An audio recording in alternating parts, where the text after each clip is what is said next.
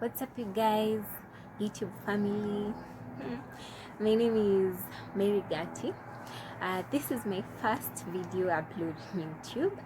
I am excited to join the YouTube family, and today I will be talking about 10 things you need to know before you start house hunting. So if this video is helpful to you, share it with your loved ones. Also, please like my video, subscribe to this channel, and comment down below if you have any questions or if this video is helpful to you. So that said, let's dive right in. Point number 1 is to have a budget. So it's usually recommended that you should at least set aside 15 to 25% of your salary or of your total income for rent.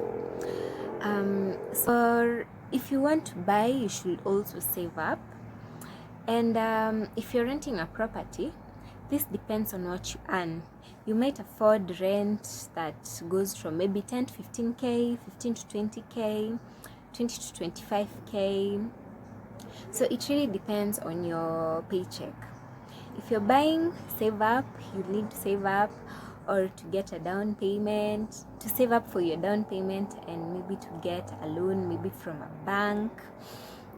Also, do not overstretch yourself. Because you want to impress your friends or to impress others. Just stick to your budget. Stick to what you can afford so that you can at least save up some money for your future or for your retirement. Also, do not understretch yourself sana or too much. You should at least get a home that you're comfortable with and get a home that delivers value to you. Point number 2 is location. What area are you looking for your property? So look for an area that suits your needs. If you're renting or buying a home, look for an area with amenities you require. For example, if you have kids, you might require an area that has a school close by where your kids can go if your kids have to come home from school every day. Also, it should be an area that has a bus station close to it. You don't want to be taking bodabodas maybe every morning to get to work. This might be really expensive for anyone, so at least search for an area that has a bus stop close, a bus stop that can help you get to town easily, to CBD easily. Okay, also choose an area with good roads or a good road. You want to access your home, you want to access you want to be able to get to work whenever there's bad weather, especially when it rains. We know that when it rains, sometimes in Nairobi, some roads are usually impassable, yeah? So at least you want to be able to get to work when there's bad weather, rain, there are potholes everywhere or water pooling on the roads. And also the area should be at least close to where you work, close to where you own your business, or if it's far, at least it should have an accessible and affordable means of transport that will help you to commute to and fro to your home. Point number 3 is, what kind of home are you looking for? Know the number and size of the rooms. If you're buying, you may ask about the square footage, and especially if you're buying to rent. The square footage may determine the rental rates or the final rental rates whenever you want to rent out the property. Also, the number of rooms is important because maybe you have a big family and maybe you're anticipating a big family, or maybe you prefer larger or smaller spaces. It really depends on you. So you should know the number of the rooms. This will make it easier for an agent to find a specific property for you. And if you know exactly what you want and exactly what you want the real estate agent to find for you. Point number 4 is to ensure that the house has utilities that you need. What do I mean by utilities? I mean water, electricity, security, garbage collection services. So ensure that the unit has enough water. Ask the neighbors around or the people who live there how frequently available the water is. If you see people keeping mitungis outside, or drums outside, or even at their balconies, that's an indication that that place has issues with water shortages. Yeah. So you might even move in 3 days. You might even move in, and then 3 days later, hakuna maji, and then you're forced to look for other means to find water. Also, security is important. How secure is the area? The security surrounding your apartment, security to the road leading to your apartment. Can you come home late at night? Can you get home, or will you be robbed on the road or on your way home? Also, garbage collection is important. You need to find out how the garbage collection system is. You also need to find out about maybe internet connection issues. Point number 5, never make deals through your phone. You might get the deal online, but never make a deal before meeting the agent. So make a point to meet the person who listed the home or the property.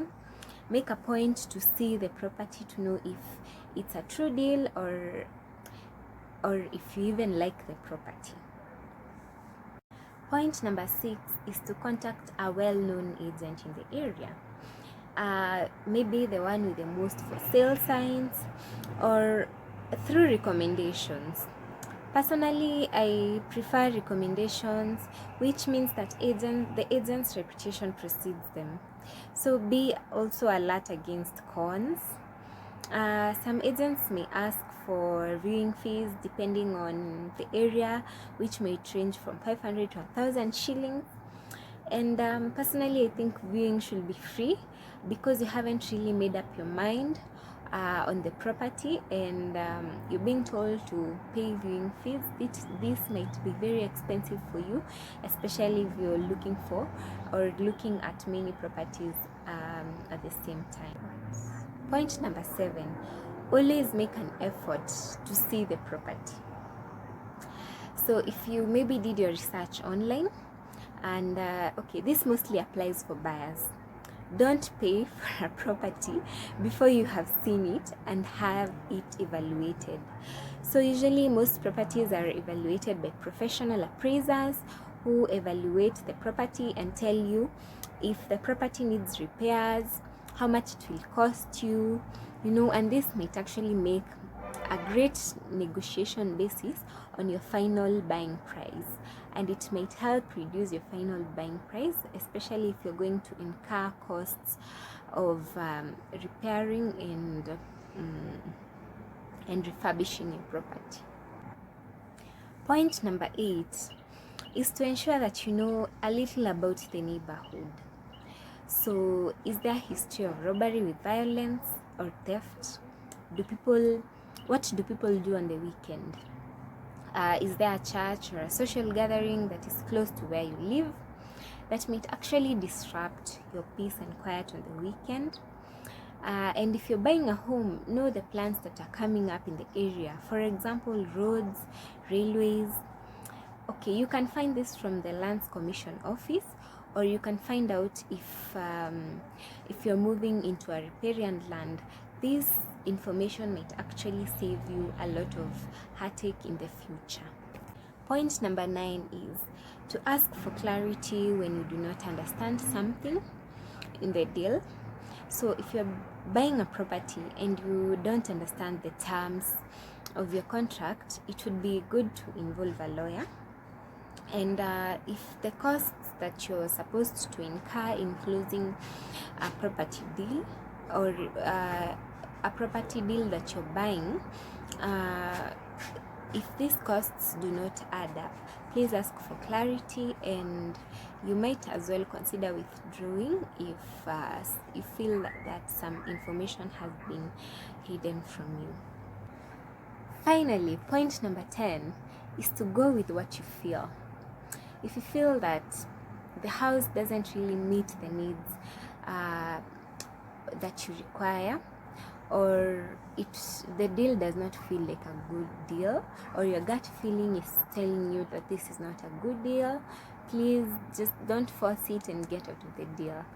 It's not worth losing your hard-earned money or peace of mind for a deal that you're not comfortable with. So guys, we have come to the end of the video, and if you have come this far, thank you so much for watching my content.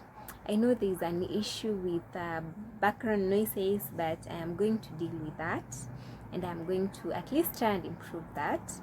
But remember also to like, comment and subscribe to this channel. And also you guys can tell me some of the things you'd like to know about property, about real estate, and see you in the next one. Bye.